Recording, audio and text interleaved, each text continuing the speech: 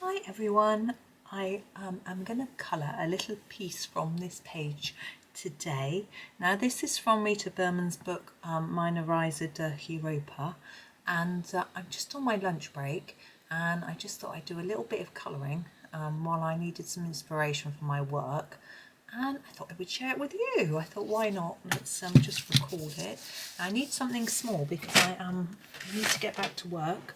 But I thought I would do this little jam stamp. We did these autumn leaves already on this page, so I thought I'd do a little bit more of it for you. And I just quite fancy doing the jam. So this is from the London page. Now I don't know if I associate jam with London or the UK specifically. I'm sure we aren't the only country that eats jam, but I think it's quite fun anyway. But obviously we do have stamps with various different things on. I find it interesting, got one up here with the Queen on. We often have stamps with the Queen on. One with a guitar and one with a rain cloud. Now I know it's rainy in this country, but we don't celebrate that on stamps. But I'm going to start with number 23 from my Staedtler Ergosoft set, and I'm going to just start colouring this jar here. Now I want this to be quite a dark matte colour because, you know, this jam is going to be like sort of strawberry, raspberry, something like that, and so it needs to be fairly dark. So I'm putting a lot of layers on top of each other, so I'm going to go over this a few times. But as you can see, I'm leaving that empty as if it's a label, which you know, if you home make jam, which my aunt used to do, she would have a little sticker which she would buy, I think, and they'd have a little pretty picture on, and it would sort of have the type of a space for you to write what type of jam it was. This just says jam. It wouldn't say jam because it'd be obvious it was jam. It would say blackcurrant or plum or whatever, blackberry, whatever it was. Red currant, blackcurrant and plum, I think, were the ones she made most. She had those in her garden. So there's our jam. I'm just trying to check that I've done it all. I can't see that well. There we go. Now the sort of top part, my aunt used to get a little wax disc, put it on top of the jam and then put a lid on sometimes, but then she'd tie a pretty fabric bit over the top. So often that would be pretty, it might be gingham or something like that, so I think we might try that. I don't know if I can pull it off, but I've just said it now, so I'm going to have to go. I'm just choosing, I'm going to do it in pink. I want it to match, this is number 25, match the jam but not be the same colour. I'm thinking we'll start here and we might have a stripe across like that and then some stripes down, and the same on the lid, a few stripes down. Now here I think because of the way it's spread round, it'll be a little bit tricky like that, and this sort of, it'll follow the shape of the thing. Fabric. I'm just looking to see if that works. I'm going to put one on the bottom there too. See if that works. I think that's okay. I think it needs a little bit up here. I'm happy with that, especially for my first attempt. You may decide it's better coloured in one solid colour. That's up to you. I'm going to leave mine like that. Now for this label, I'm going to go over really gently with this same colour pink, like that.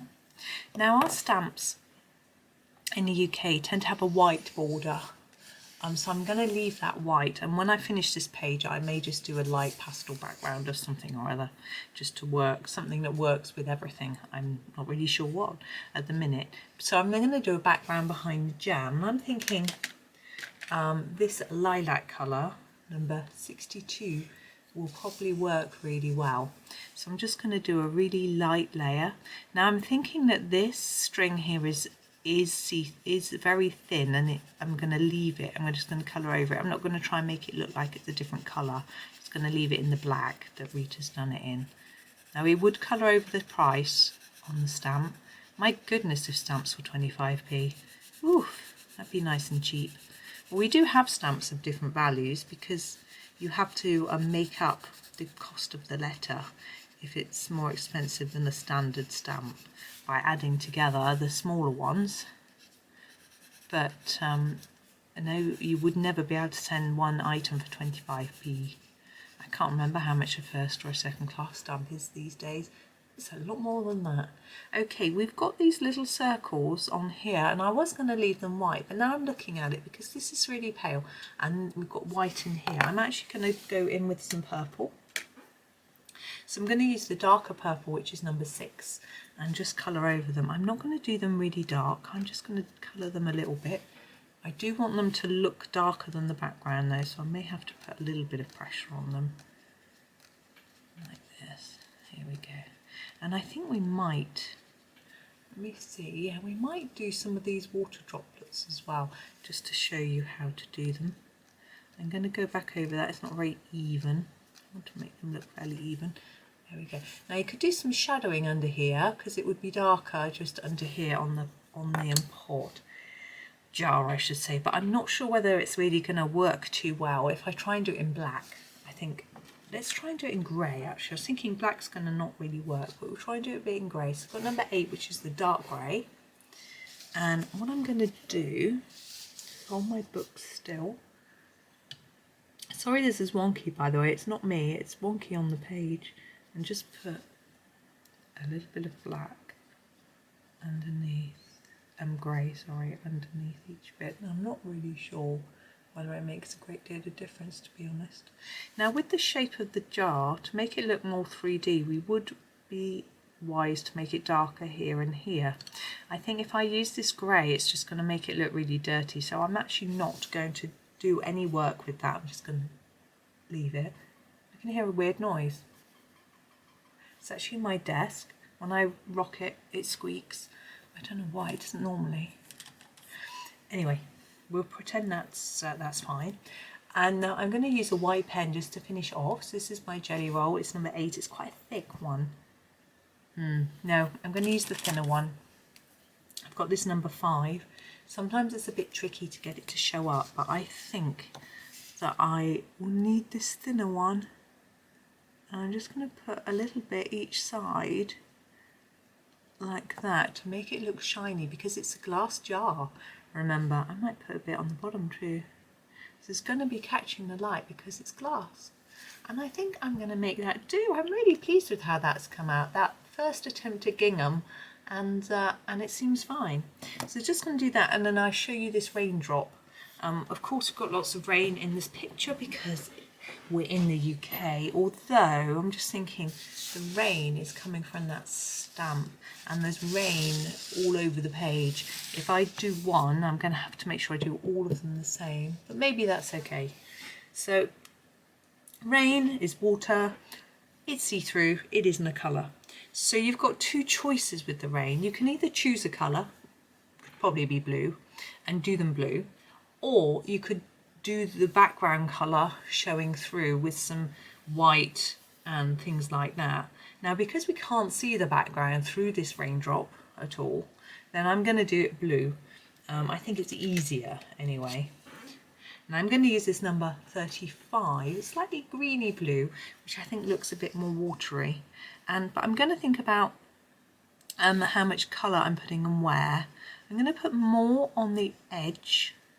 So I'm putting a layer all the way around the edge first, and I'm going to layer that over and over a few times. Don't press massively hard, just layer it. If you press hard, you'll get an indentation in your paper. And then I'm going to bring that blue in towards the centre bit by bit so that we get a lighter colour in the middle. You can even leave a little bit of white paper if you want to, if you think it looks right, and then you can go back around the outside.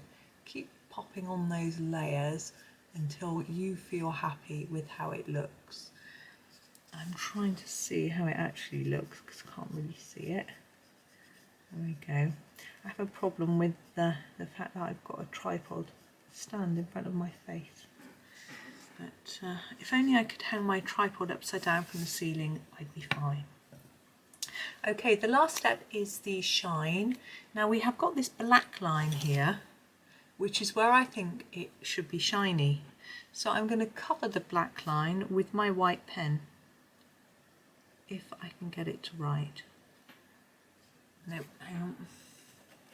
There we go. Sometimes the nib gets a little bit clogged with the wax or oils from the pencil. There we go.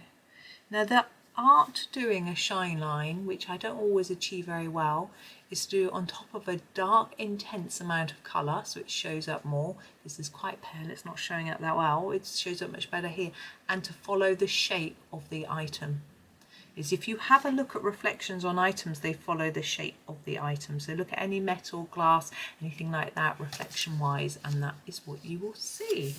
So there we are. I am going to leave that there. I'm not going to do all the other raindrops. I'm quite aware, although this is a short video, I personally don't have loads of time, but I've really enjoyed making this little video for you. It's given me a nice chill. I've got to get back to work, so it's great. I must do this more often, just pop in, do a little video. Chill. I can edit tonight when I'm chilling with the kids, and it's great. So there's my I'm trying whether I try and make it look straight. There we go. Does that look better if it's straight? Probably does. There we go. So there's my jam pot stamp, and I hope you enjoy it. I had great fun. So and thank you for joining me, and happy colouring.